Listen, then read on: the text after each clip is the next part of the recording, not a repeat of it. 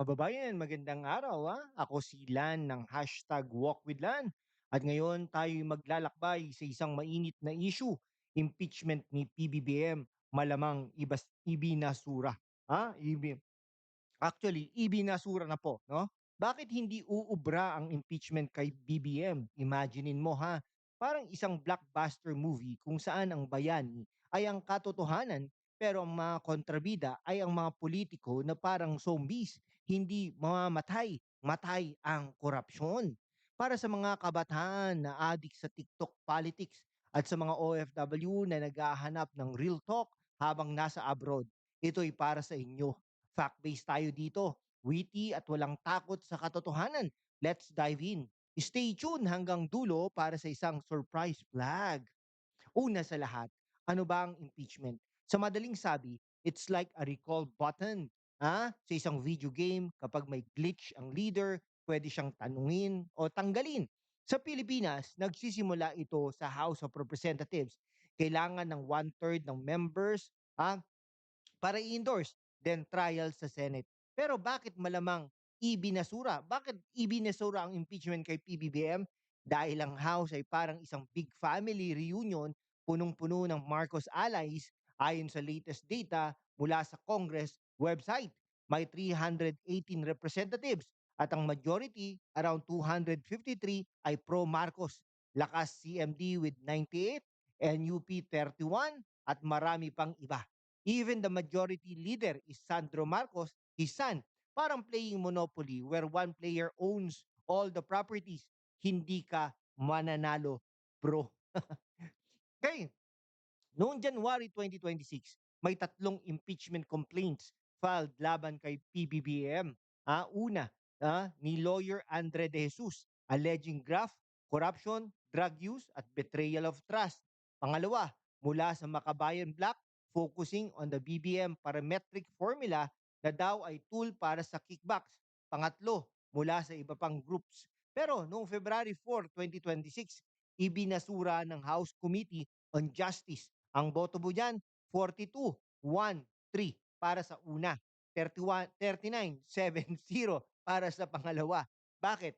Insufficient in substance daw. Pero tayo'y mag-iimbestiga. Is it really insufficient or just insufficient allies sa opposition?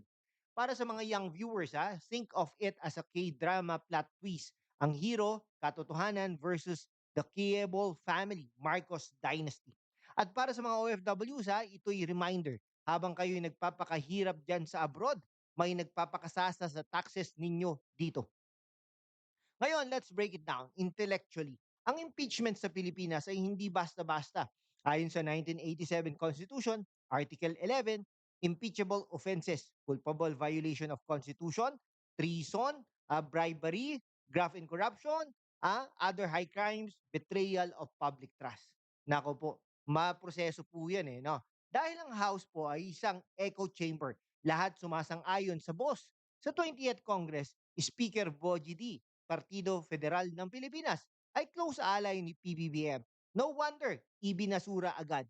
Para sa mga kabataan, it's like your group chat where the admin mutes all dissenters. At para sa OFWs, imagine sending remittances pero ginagamit sa ghost projects. Nakakainis, di ba? Keep watching next, the juicy allegations. Ngayon, let's get critical. Ano ba ang mga aligasyon? Fact-based tayo dito mula sa official reports at investigations. Una, corruptions in flood control projects. Mula 2024 to 2025, may scandal sa DPWH. Over 545 billion pesos spent on flood projects. Pero marami ay ghost o substandard. Ayon sa Wikipedia at Al Jazeera reports, nawala ang 118 billion pesos, 2 billion dollars, 2 billion US dollars sa kickbacks, poor construction at favored contractors. Si PBBM daw ay involved dahil sa BBM parametric formula, isang sistema where allocations are based on leaders' priorities. Leader leading to kickbacks up to 30 to 40%. Former DPWH USEC Roberto Bernardo testified sa Senate, kickbacks go to officials, including the top. BBM stands for Baseline Balance Manage. Trapon-trapon dating, no? Pero para sa critics, it's Bongbong Marcos money. Fact, sa SONA 2025, si PBBM mismo nag-announce ng 5,500 projects. Pero audit showed irregularities. Bakit hindi niya pinigilan? Dahil daw he's part of the system and program funds. 249 billion pesos in 2026 budget ay under his control, used for patronage. Pangalawa, drug use allegations. Sa Completely De Jesus, may claims na chronic drug use based on old videos at testimonies. Pero critics say it's hearsay, yet it ties to betrayal of trust.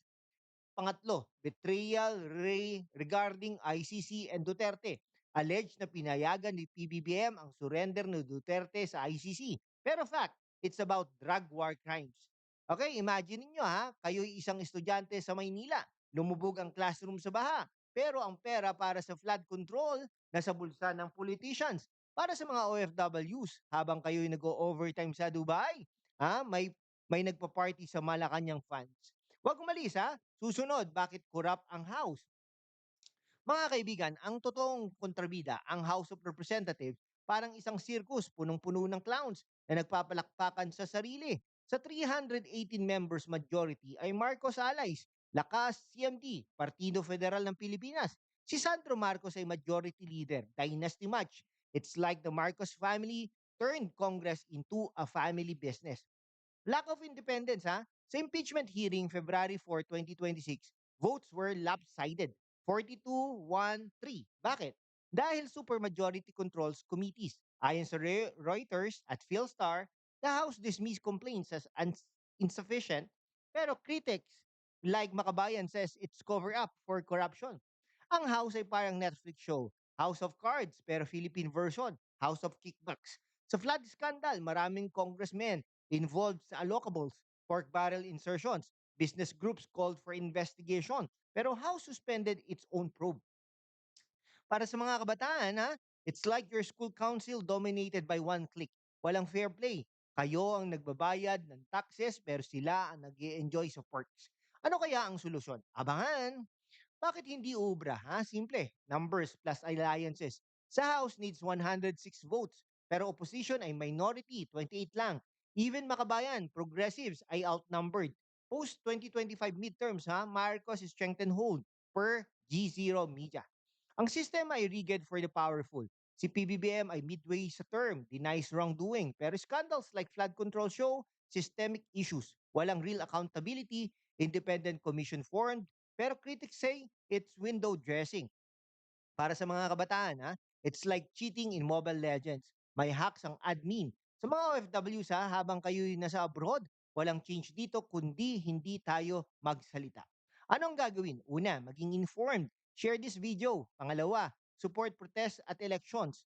2025 anti-corruption protest led to resignations. Para sa mga kabataan, use social media, hashtag impeach the corrupt. OFWs, vote wisely sa 2028. Huwag maging bobo Dante, maging woke bayan. Okay, sa huli, ang impeachment ay malamang ibasura. Ibinasura na nga po dahil sa corrupt system. Pero ang katotohanan, hindi mababasura. Salamat sa panunood. Comment down below your thoughts. Kay mga kababayan, sa mundo kung saan ang kasinungalingan ay nangingibabaw, ang katotohanan ang unang sinisikil. Pero kasama kayo, magpapatuloy tayo sa laban. Walang takot, walang kinikilingan at laging handa para sa bayan. Sumali na sa aking YouTube channel membership sa hashtag #WalkWithLand at tulungan natin ang channel na maabot ang 100,000 subscribers. Ang inyong suporta, ang susi sa kalayaan natin para ipagpatuloy ang pagbabalita ng katotohanan. Salamat at kita-kits sa laban. Mabuhay po kayo lahat.